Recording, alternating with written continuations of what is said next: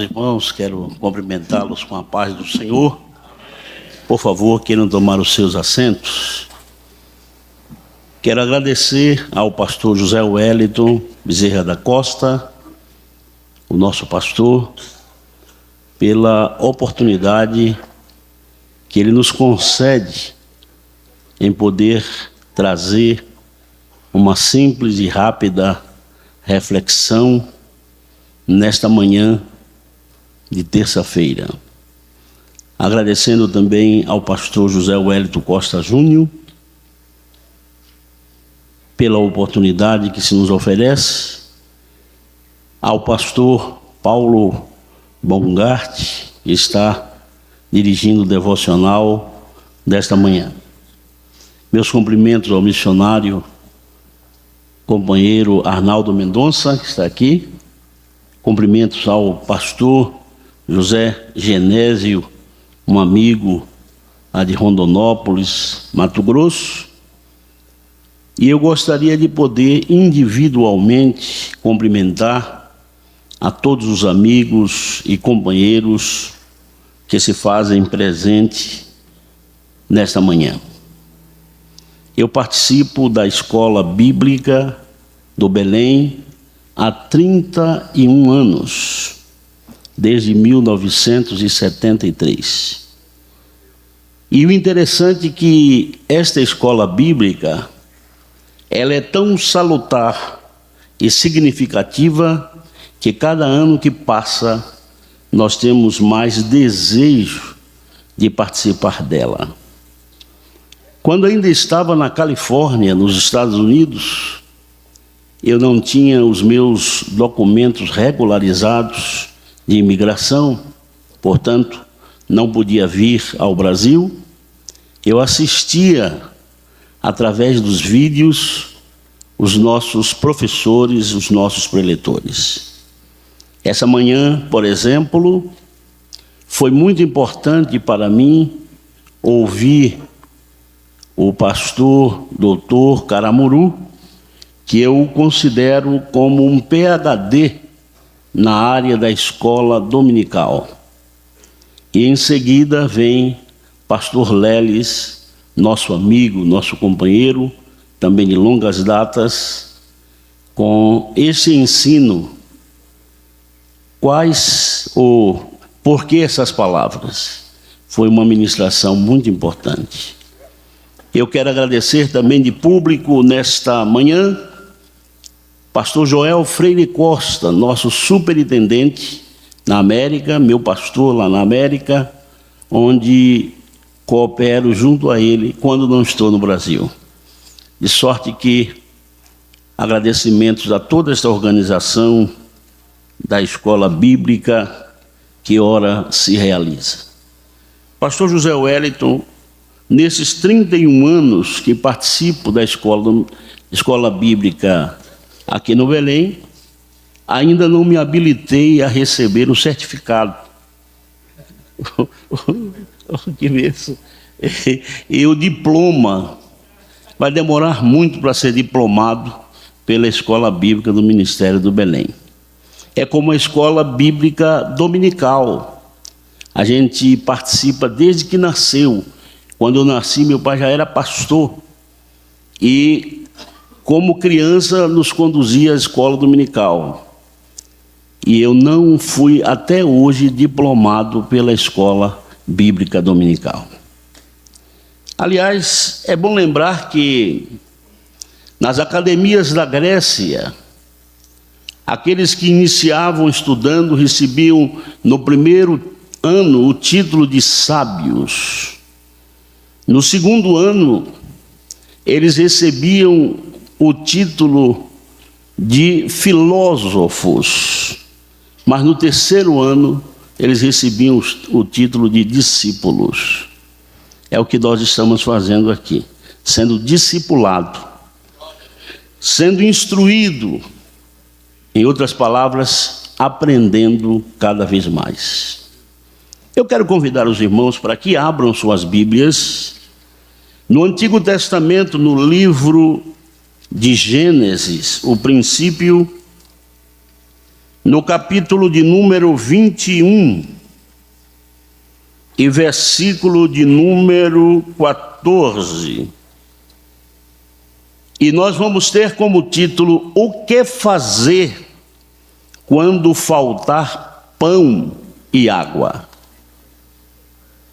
Então se levantou Abraão pela manhã, de madrugada, tomou pão e um odre de água e os deu a Agar, pondo-os sobre o seu ombro. Também lhe deu o menino e despediu-a, e ela foi-se andando errante no deserto de Berseba.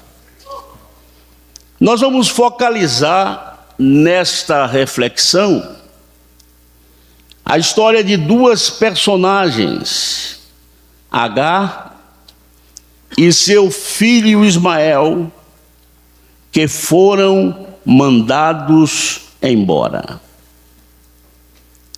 Agar foi despedida e a sua história é conhecida como cheia de lutas, fugas, sofrimento, solidão, rejeição, medo. Mas Agar, sobretudo, estava diante de três coisas importantes. A primeira, superação. A segunda, sustentação. E a terceira, provisão. A intervenção divina a seu favor foi uma forte experiência divina nos momentos mais cruciais da vida de Agar. Quando lemos Gênesis capítulo 16, nós encontramos a história desta família: Abraão, Sara e agora a escrava, a serva egípcia por nome Agar. Deus, quando traça um projeto e um plano,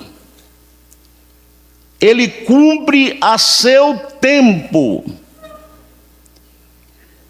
Abraão já estava velho e Agar também já estava de avançada idade.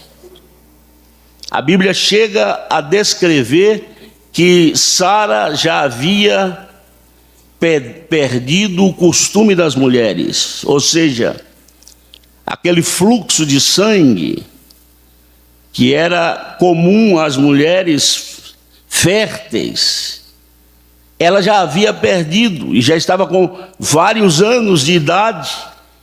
Eu imagino Sara de cabelos grisalhos, cabelos brancos, mas a promessa de Deus era com Abraão e Sara. E às vezes nós queremos colocar um arranjo para que Deus cumpra o projeto em nossa vida. Em princípio, Sara pensava, por ser estéril, que o herdeiro seria o Damasceno, o Eliezer. Em princípio, ela pensava que se cumpriria nele. Depois, esta Sara providencia uma serva, uma escrava egípcia para Abraão. Pelo que entendemos de forma conjuntural, esta Agar era muito bela, era muito bonita. Mas note bem que ao nascer Ismael de Abraão e Agar, o menino foi crescendo e logo em seguida, alguns anos depois, nasceu Isaque para o cumprimento da promessa.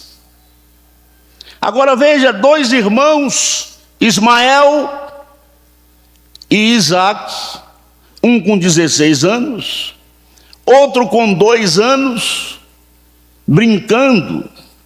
E como é próprio de irmãos, às vezes, eles têm arengas, eles têm desentendimentos.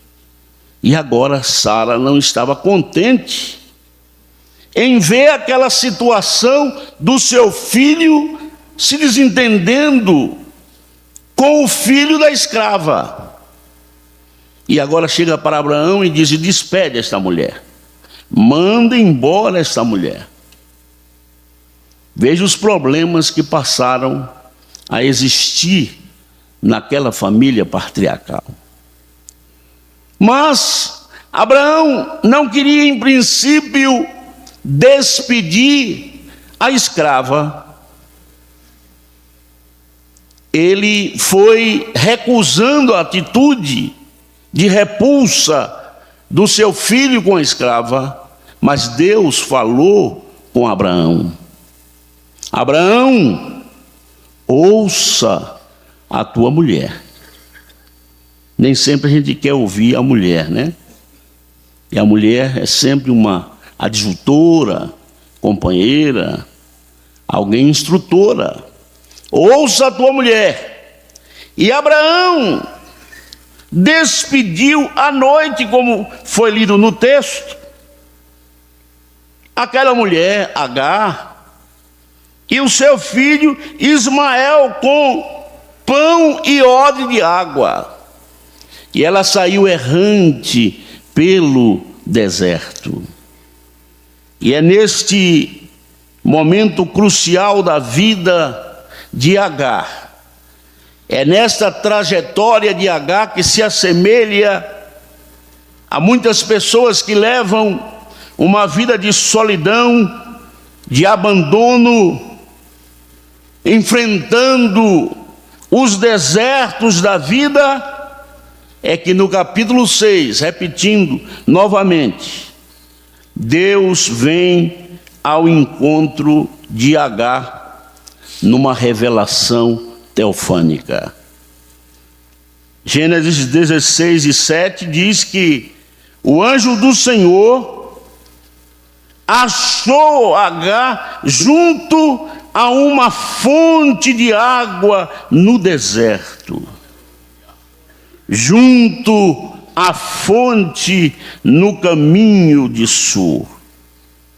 Veja que o anjo diz: Agar, serva de Sara, de onde vens? Para onde vais? E ela disse: venho fugida da face de Sara, ou Sarai, minha senhora. Então o anjo lhe disse: torna-te para a tua senhora e humilha-te debaixo das suas mãos. Você foi despedida, desprezada, rejeitada, mas a sua vitória está em se humilhar diante da sua senhora. Nós, obreiros, esquecemos desta regra. Às vezes somos despedidos, vivemos em solidão, em sofrimento, em fuga, em luta, às vezes perseguido, e esquecemos que a bênção de Deus está na origem. Humilha-te. Era necessário Agar voltar. E como voltar agora? Voltar estava a vitória de Agar. Quem sabe você foi ofendido, perseguido, humilhado, e Deus está dizendo a você: humilha-te. Porque a Bíblia diz que aquele que se humilhar será exaltado. Basta lembrar que lá no livro de Jó, nós encontramos um Jó provado por 7 vezes. Se existe alguém que foi provado na Bíblia, foi Jó. E como se não bastasse, os seus 3 amigos, Elifaz, Bildade, Zofar, o levaram a um tribunal diante de Deus, um tribunal moral, onde Jó foi desmoralizado, onde Jó foi acusado de pecado. Eu imagino aquelas palavras dos seus amigos, que para mim não são amigos, mas lá no último número do livro de Jó, por ser um livro poético, vamos chamá-lo de capítulo. No último capítulo de Jó, nós estamos vendo Deus falando com ele: eu vou mudar o seu cativeiro, eu vou mudar a sua sorte. Mas o passa-ordem, a chave secreta para essa vitória, você que está, Jó, numa nova experiência, porque agora você não está vivendo do que ouvia, mas você está vivendo de forma pessoal uma experiência comigo, dizia Deus a Jó. Porque Jó disse: agora os meus olhos viram, os meus ouvidos ouviram, eu agora conheço ao Senhor. Deus disse a Jó: você, antes de receber o dobro, antes de receber a sorte, antes que o seu cativeiro seja mudado, você vai orar. Se fosse eu perguntar: o que, Senhor? Você vai orar pelos seus amigos. E Deus não disse seus inimigos, não, amigos. Olha os amigos que Deus levanta em nossa peregrinação, em nossa carreira. Eles são para te ajudar, irmãos. Você diz que é pedra no sapato, mas não é. É Deus que faz isto. É Deus que opera assim para abençoar o seu ministério, para abençoar a sua vida.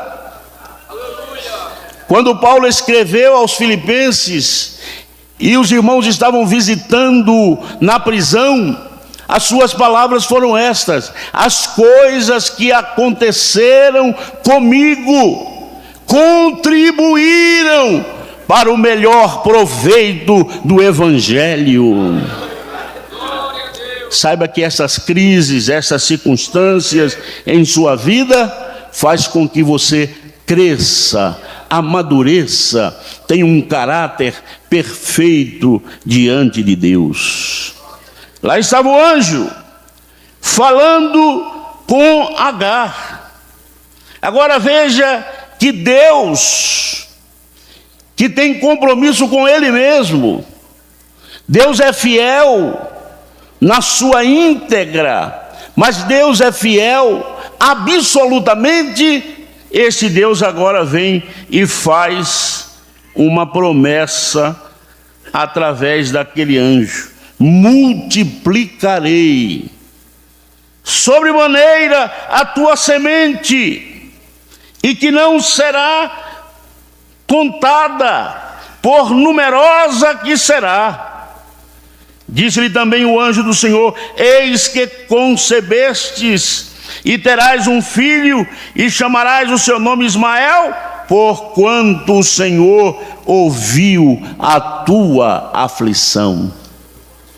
Deus ainda promete para aquela escrava, para o seu filho, uma abençoada semente e uma grande descendência. O que Deus projeta, o que Deus diz, o que Deus fala, Ele cumpre, Ele confirma em nossas vidas. Esteja certo disto. É na solidão do deserto que Agar tem um encontro com o próprio Deus, como acabamos de dizer. É nessa trajetória que Agar cumpre o que o anjo lhe pediu: volte, humilhe-te diante de Sara, a tua senhora. E Deus agora exaltou Agar. Deus agora passou a dar condições a Agar de superação diante de todas aquelas situações. Mas note bem que Deus estava dando a Agar sustentação para a sua carreira. Eu quero dizer-lhe nesta manhã que Deus não esqueceu de você. Como diz o pastor Edson José, que orou por mim, ele não te perdeu de vista. E há para você uma promessa de Deus de sustentação. Eu ouço nesta manhã o hino de número 4 de nossa harpa cristã, que diz: Deus cuidará de ti, Deus velará por ti, no teu sofrer, no teu viver, no teu caminhar, seja em qualquer situação da vida, Deus promete sustentação. Nem que ele tenha que fazer como fez com Elias, mandar corvos levar carne e pão todos os dias, mas ele proverá o meio de sustentação para a sua vida. E ainda se o ribeiro de Querite secar, Deus já tem uma outra situação para você. Eu tenho ordenado, não um empresário, não um rico, mas eu tenho ordenado uma viúva. Esses são métodos e meios de Deus. Deus vai garantir esta promessa na sua vida de sustentação. Eu estou no ministério há 47 anos, fui consagrado muito novo, faltava 2 meses para 18 anos, e o saudoso pastor Rodrigo Silva Santana, na convenção da Bahia, no último sábado da convenção, começou a chamar os nomes. E eu levei aquela surpresa quando ouvi o meu nome. Com apenas 17 anos e 10 meses, faltavam 2 meses para completar 18 anos, eu fui consagrado para o presbitério. E em 72, quando cheguei em São Paulo, em Santo André, estava lá uma convenção estadual sendo realizada, hoje chamado Comadesp, e alguém me disse: o senhor tem que se retirar aqui dessa assembleia, porque a assembleia é só para obreiros. Aí eu tirei a minha credencialzinha lá da Bahia, bem surrada, e disse: olha, eu sou presbítero. Aí ele falou: mas o senhor é tão novo assim? Eu falei: é, exatamente. Eu sou presbítero. Ah, então, senhor, desculpe. Eu fiquei lá sentado, magrinho, naquela época era magrinho. Foi o início da sustentação, viu, irmão? Era bem magrinho. E graças a Deus, até hoje, Deus não deixou faltar pão e água. Deus está garantindo para você, como promessa, nesta manhã, que Ele vai cuidar e velar de você. Aleluia! Ele cuidará de você. Mas esqueça, como obreiro, o que nós chamamos de mágoa e ressentimento. O obreiro não pode ter no seu interior mágoa, ressentimento, amargura. Já imaginou quanta pressão a gente leva? Quanta ofensa, quanta injúria, quanta situação caluniosa contra nós. E o interessante é que, como obreiro, nós não tomamos a iniciativa judicial. Nós vamos para os pés de Jesus orar, agradecer a Deus, e nem entregar aqueles que nos causaram mágoa e ressentimento, que Deus toma conta disso, irmão. Não precisa nem entregá-los. Deus vai trabalhar a seu favor. Mas tire do seu coração a mágoa e o ressentimento que impedem o prosseguimento de receber as bênçãos de Deus em nossa vida. O segredo está na humilhação. Humilhe-se perante o Senhor e Ele te exaltará. Perdoe. Porque Deus amou a Davi, Entre as maiores características de Davi, ele tinha um coração perdoador. O obreiro não pode levar mágoa e ressentimento, até porque ele está prejudicando sua própria saúde. Ore pelos seus irmãos. Deus vai mudar a situação. Glória a Deus. Ismael significa no seu próprio nome um homem provado. Deus o livrou das angústias e do medo. Observem que quando este Ismael já estava desfalecido, parecia que tudo tinha acabado para ele, estava debaixo de uma árvore.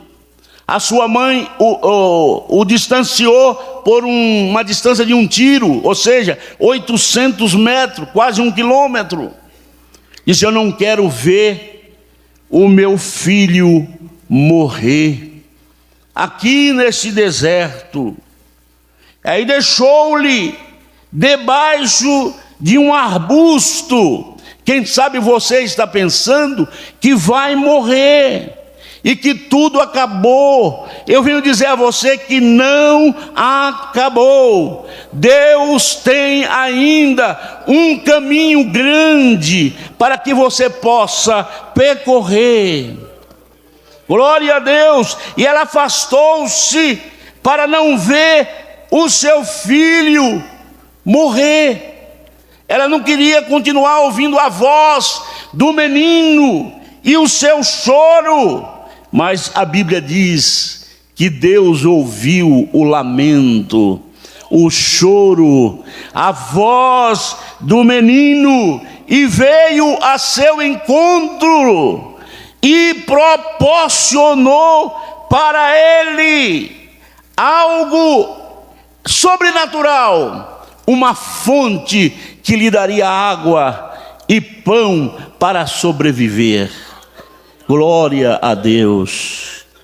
Eu estou chegando ao final dessa primeira parte, e nós que às vezes carregamos o peso das dores, dos sofrimentos no deserto da vida, mas é nesse momento de solidão, onde as perspectivas se acabam, onde as portas parecem se fechar, parece que não há uma luz no fundo do túnel, onde os gigantes, inimigos de nossa alma se revelam.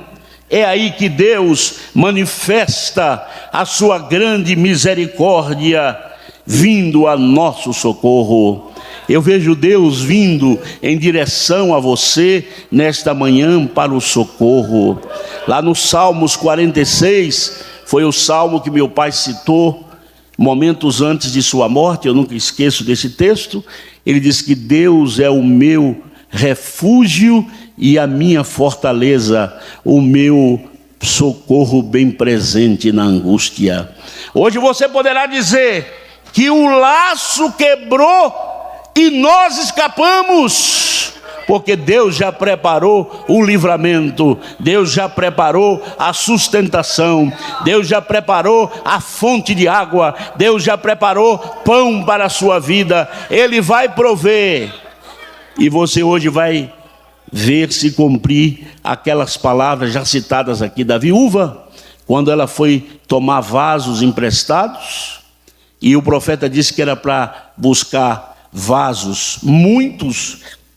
Entretanto, ela trouxe poucos vasos, e aqueles vasos foram enchendo de azeite. Um milagre é o que Deus faz na vida do obreiro, milagre, glória a Deus. E depois que pagou os credores, o profeta disse àquela mulher: vivei do resto. Você não vai ser desamparado. Eu já estou postulando minha aposentadoria junto ao INPS há 2 anos, e ela sempre negada. Agora recorremos ao tribunal e sempre negado, porque eu não dependo da Previdência Social. Eu dependo de Deus, Ele que me sustenta, Ele que me provê Ainda hoje você crê nisto? Se eu fosse você, eu levantava a minha mão e diria glória a Deus pela sustentação. Vamos à segunda parte desta rápida reflexão. Deus tem 7 respostas para você no deserto da vida. A primeira resposta é: Ele tem a última palavra para você. Tendo-se acabado a água do odre, colocou ela o menino debaixo de um dos arbustos, afastando-se, foi sentar-se defronte a uma distância de 800 metros, e ela dizia: não vou ver morrer o menino, e sentou-se em frente dela. Levantou-se uma voz e chorou. O estado de seu filho Ismael, de subnutrição, de sede, de desfalecimento, foi cortando o coração da mãe Agar, ao ponto do desespero em sua alma. Ela não conseguia ver a resposta do seu drama, senão a morte. Mas para Agar, no deserto, abandonada, rejeitada, naquele estado, só lhe restava gemer de dor e as perspectivas que acabaram. Mas quero dizer-lhe que não se acabou. O grito agonizante daquela alma aflita chegou diante de Deus. E Deus tem a resposta quando tudo acaba. Deus tem hoje uma porta aberta para você. Deus tem hoje uma nova perspectiva para a sua vida. Deus tem novos horizontes para a sua vida. Os Salmos, um deles diz assim: o choro pode durar uma noite, mas a alegria vem pela manhã. Tenha certeza que Deus tem a resposta para você. A resposta não é aquele diagnóstico médico. A resposta não é aquela situação de que foi indeferido o seu pedido na justiça. A resposta não é aquela de uma crise, de um problema que parece não ter solução, as causas impossíveis. A solução e a resposta está com Deus. Ele tem a última palavra para você. Deus tem a resposta esta manhã para você, meu caro irmão. Vamos à segunda resposta de Deus. No deserto, Deus providenciará uma alternativa. Se não houver caminho, Deus vai abrir um caminho. Se a porta não estiver aberta, Ele vai abrir a porta. Ele tem uma alternativa para você. Creia que Ele está abrindo agora fonte de águas. Imagine se nós pudéssemos ver quantas águas Deus está providenciando para a sua superação, para a sua sustentação e também para a sua provisão. Ele está provendo. Ele tem uma alternativa. Porque quando eles abriram os olhos, viram o poço. Às vezes a gente não enxerga nada senão miragem, né? Miragem.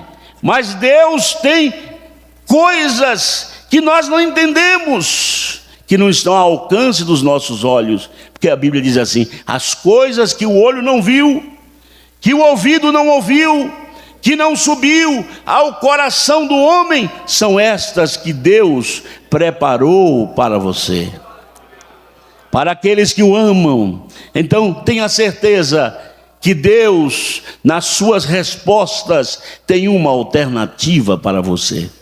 Às vezes olhamos para todos os lados e dizemos: não há jeito, essa situação aqui está acabada, não tem jeito mais. Mas isso é você dizendo, não é Deus dizendo. Deus não conhece o impossível. Deus não conhece o invisível. Deus não conhece o incrível. ele se defronta com a sua fé, com a sua atitude de ânimo. Nesta manhã, renove o seu ânimo diante de Deus, que Ele já tem uma alternativa para você. Você não buscava algo na sua vida? Eis aí a alternativa de Deus como resposta para você.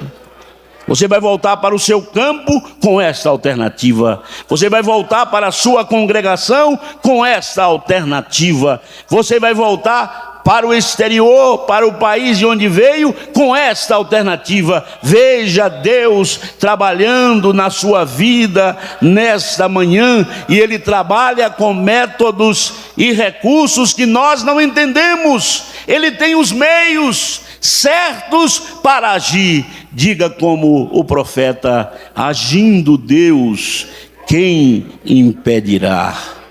Aleluia! Receba aí a alternativa como resposta de Deus para a sua vida. Deus nunca o deixou e jamais o deixará.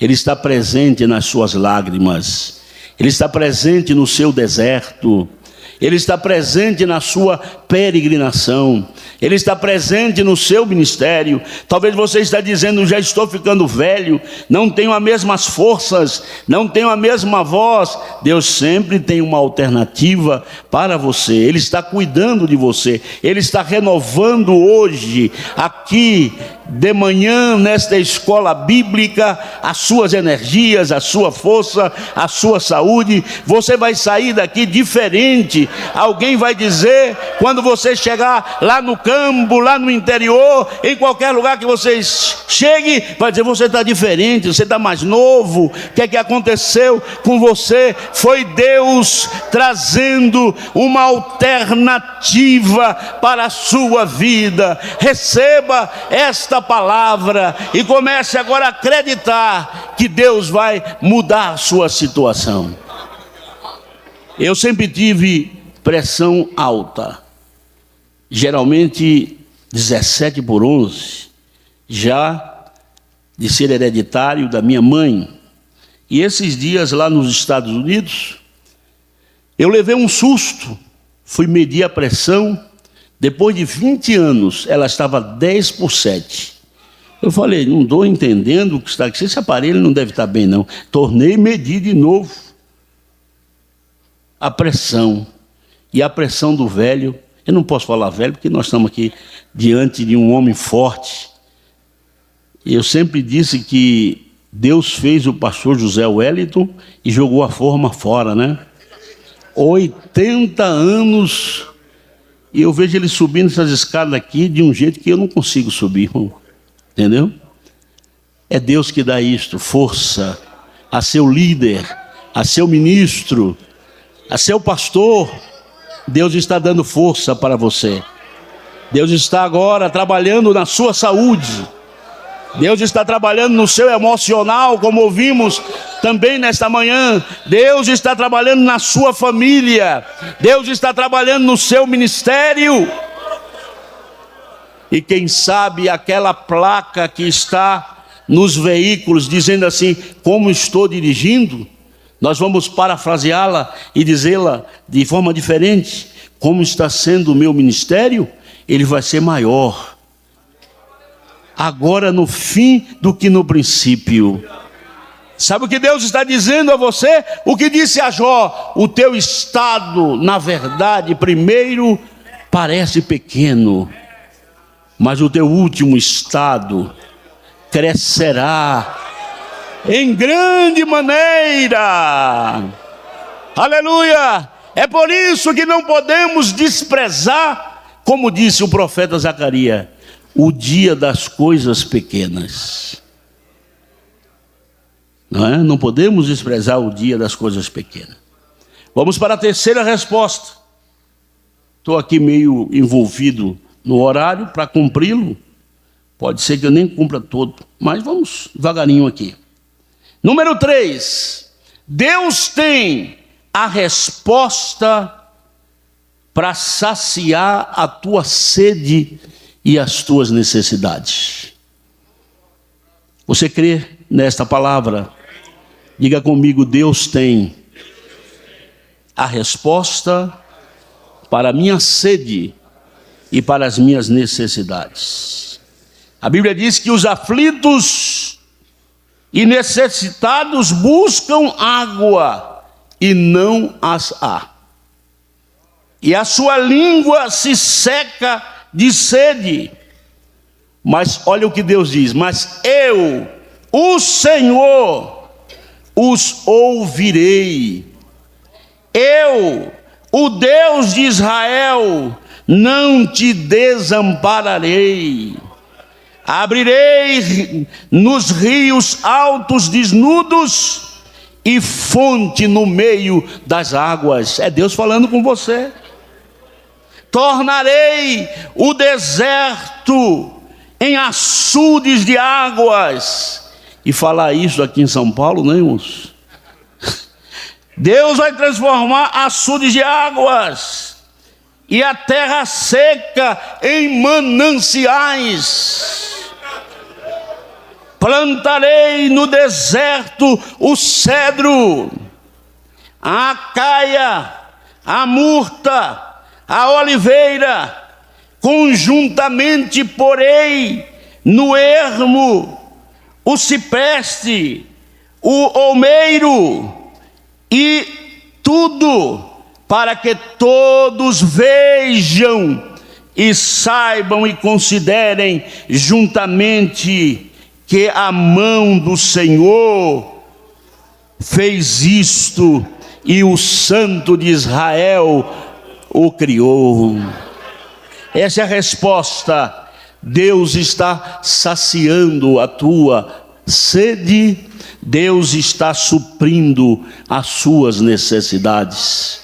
Você pode dizer como Paulo, lá em Filipenses: posso todas as coisas naquele que me fortalece. Em Deus eu sou mais do que vencedor. Você pode declarar também ainda nesta manhã que você tem suprida todas as suas necessidades.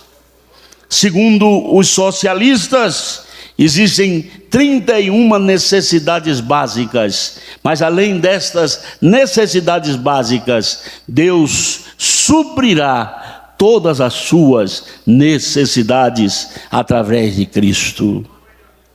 Vamos para o número 4, resposta de Deus, número 4, para você que encontramos aqui. Deus derrotará os teus medos.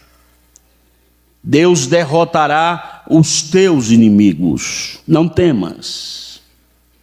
Deus está ouvindo a voz do menino. Deus está ouvindo a sua voz. Não temas. Não tenha medo do deserto. Não tenha medo da peregrinação. Não tenha medo da caminhada no ministério. Não tenha medo. Deus está ensinando a você viver entre as lutas, a solidão, as fugas, a depressão, a angústia. Ele está agora derrotando os seus medos. Vá com coragem. Deus está com você. Lembre-se que Davi disse nos Salmos 23: ainda que eu andasse pelo vale sombra da morte, não temeria mal algum, porque tu estás comigo. A tua vara e o teu cajado me consolam. Portanto, não tenha medo, tenha coragem, tenha fé. Deus está presente na sua vida. Declare nesta manhã, mesmo como obreiro: para Deus tudo é possível.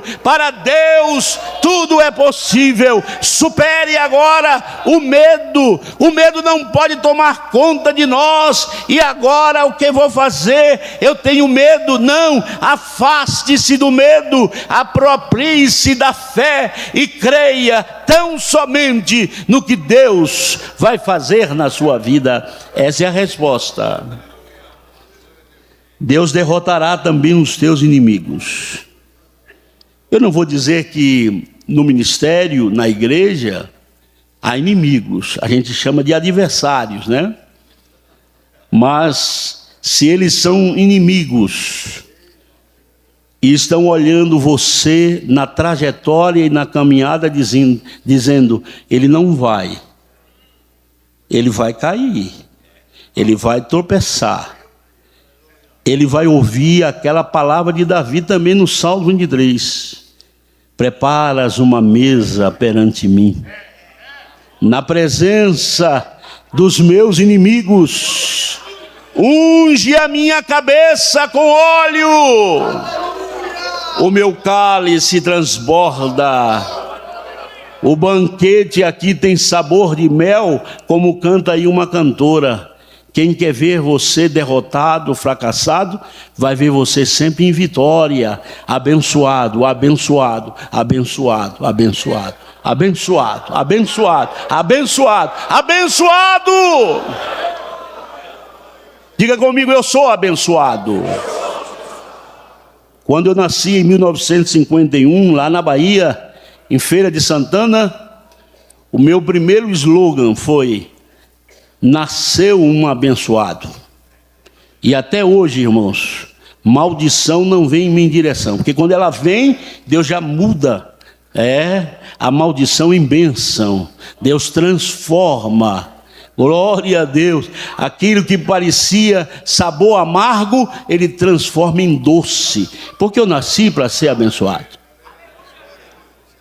Teve uma época em que a luta foi tão grande que umas pessoas quiseram até me pegar fisicamente.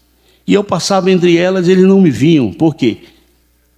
Deus me abençoava. Eu estava protegido. Eu estava com uma blindagem que nem nos tempos de hoje, com a grande tecnologia, nós temos. E eu quero dizer a você que você está blindado. Há uma proteção sobre a sua vida. Aleluia, você está blindado no seu ministério, nada vai te atingir. Salmos 91 diz que nenhuma praga chegará à tua tenda.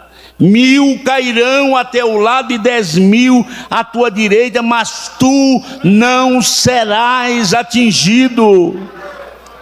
A Bíblia diz ainda, toda ferramenta preparada contra ti não prosperará. A gente procura alguma coisa contra essa pessoa e não consegue mesmo, porque a resposta de Deus é: Ele derrotará os nossos inimigos, eles sairão por 7 caminhos e vai-se embora, porque eu sou abençoado. Aleluia. Não para ufanismo, para orgulho, mas para crer no que Deus faz em nossa vida. Vamos para a resposta número 5. Deus restaurará os teus sonhos e fará você viver de novo. O seu sonho não está morto, ele está muito vivo. Deus vê o teu sonho. Às vezes, este sonho tem um conteúdo comprido, largo. Às vezes ele é a longo prazo, o sonho. É só lembrar de José. José sonhava, diz que ele teve um sonho. Eu tive um sonho.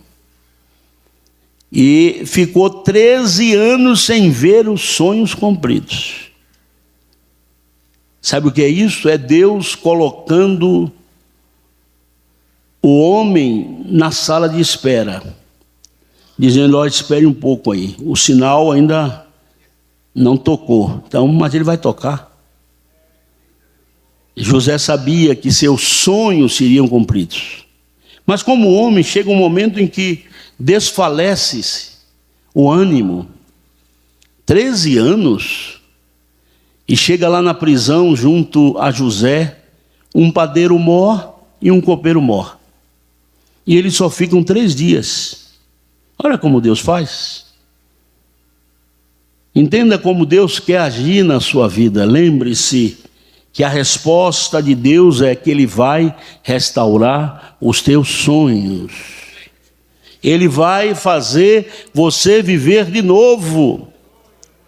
E o padeiro teve um sonho, e o copeiro teve um sonho, contou para José, e José interpretou o sonho dos dois. Diz: olha, você que é padeiro vai morrer.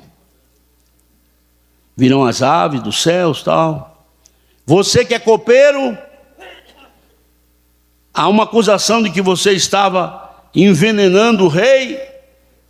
Você será restaurado e reconduzido no seu cargo. E aquele José agora pede uma mãozinha, né? Para exatamente aquele copeiro. Quando você chegar lá e estiver servindo o rei, lembra-te de mim. Eu quero dizer para o irmão que quem lembra de você é Deus. Deus não esquece de você. Deus está lembrado dos teus sonhos. Estão nas mãos de Deus os teus sonhos. Não peça ajudinha, não peça aí, faça um atalho pedindo a alguém. Não, aguarde, a seu tempo, Deus vai restaurar o seu sonho. Chegou a vez de José, e José foi diante do do rei, foi diante do rei, tornou-se governador, porque Deus restaura os nossos sonhos. Mas lembre-se que José não chegou à toa, irmãos. Eu estou orando para José Wellington, pastor Júnior, para Deus me dar uma palavra naquela expressão de Paulo, quando ele disse assim: filhinhos, por quem eu sinto dores de parto. Homem com dor de parto, já pensou? Até que vocês sejam formados em nós. Filhinhos, por quem eu sinto dores. Imagine, quem vê você aqui não sabe por onde você passou, a trajetória que você passou. Quem viu José lá, governador, o salvador da pátria naquela época de fome e de miséria no Egito, o maior império, a maior civilização, não sabia o que ele passou. Jogado na cisterna, odiado pelos irmãos, tomaram-lhe a capa, lhe venderam como bugiganga no deserto, porque os midianitas ali eram uma espécie de mascates no deserto, os beduínos, nômades. Foi vendido como mercadoria, irmãos. Nem nome, nem pessoa, nem jeito ele tinha. Foi lá para a casa de Potifar. E lá vai José. Ninguém sabia. Quando lhe viram no trono, não souberam da sua trajetória. Eu quero dizer ao irmão aí que está presente nesta manhã, que Deus vai restaurar o seu sonho. O plano, o projeto que Deus tem com a sua vida, ela vai se cumprir. Ele vai se cumprir. O sonho não será frustrado. No mês de janeiro, nos Estados Unidos, se comemora o dia de Martin Luther King Jr., o homem que dizia: eu tenho um sonho, o sonho da sua nação. E o seu sonho, muitos anos depois, foi realizado exatamente nos Estados Unidos. Por quê? O sonho é algo que Deus prepara para a nossa vida. Tem gente que diz: eu não tenho mais sonho, porque nem sono eu tenho, né?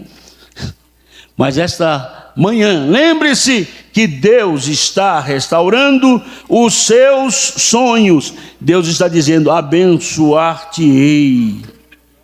Você será próspero, você será fecundo. Eu vou multiplicá-lo extraordinariamente. Olha o que Deus está dizendo: eu vou gerar príncipes e farei de você uma grande descendência. Seja abençoado agora, meu caro irmão, quando se aproxima o momento do nosso almoço. Vamos para as duas últimas respostas de Deus dentro do nosso tempo aqui. Diz, Número 6, Deus mudará a tua sorte. Deus mudará o teu humor. Viu Agar um poço de água, e indo a ele, encheu de água o odre, e deu de beber ao rapaz. O que Deus está dizendo é que óleo de alegria Ele está derramando sobre você, e não óleo de pranto. Deus está vestindo você de louvor, e também Ele está revestindo o seu espírito angustiado. Ele muda a sua sorte. Quando Esther ouviu a sua sogra Noemi dizendo: você pode se despedir, porque o seu esposo, meu filho, morreu. Ruth. E aquela Ruth se dirige à sua sogra e diz: não me instes para que te deixe. O teu Deus é o meu Deus, o teu povo é o meu povo. Onde pousares tu, eu ali também pousarei. Onde morreres tu e fores sepultada, eu também ali serei sepultada. Mas eu não troco esta palavra. E Ruth acompanhou sua sogra Noemi de volta a Belém. E no capítulo 2, quando Ruth vai para os campos de Boaz para receber a parte dos pobres, as respigas dos segadores, lá no texto, depois os irmãos poderão ler, capítulo 2 de Ruth, diz que Deus mudou a sorte de Ruth. E lá no final do livro de Ruth, Deus dá o filho que Noemi desejava, mas nasceu de Ruth, e ela deu o nome de Obed. Obed quer dizer: tudo dá certo, vai tudo bem, vai dar tudo certo, viu? Deus está acompanhando os seus passos, Ele está mudando a sua sorte. Comece a sorrir, mude o seu humor agora. Você está sendo filmado pelo céu, mude o humor. Deus está garantindo a sua sorte, Deus está abençoando você. Eu não conheço obreiro azarado, eu não conheço obreiro zebra, eu só conheço obreiro de sorte. E você pode dizer: eu tenho sorte, Deus garante a minha sorte. A tua descendência será abençoada. A última resposta de Deus para você: Ele vai promover a esperança para você. Você não vai dizer que a esperança é a última que morre. Você tem certeza da viva esperança que há em você. Tem muita gente que pensou que você morreu, mas você tem esperança, você está vivo. Eu sei que o meu Redentor vive. E a última resposta de Deus é que Ele está promovendo esperança. Mesmo que seja aquelas folhas da árvore chegando depois da primavera, caindo no outono sobre as águas, Deus levantará de volta a árvore. Você tem esperança. O que fazer quando faltar pão e água? Muito obrigado, irmãos.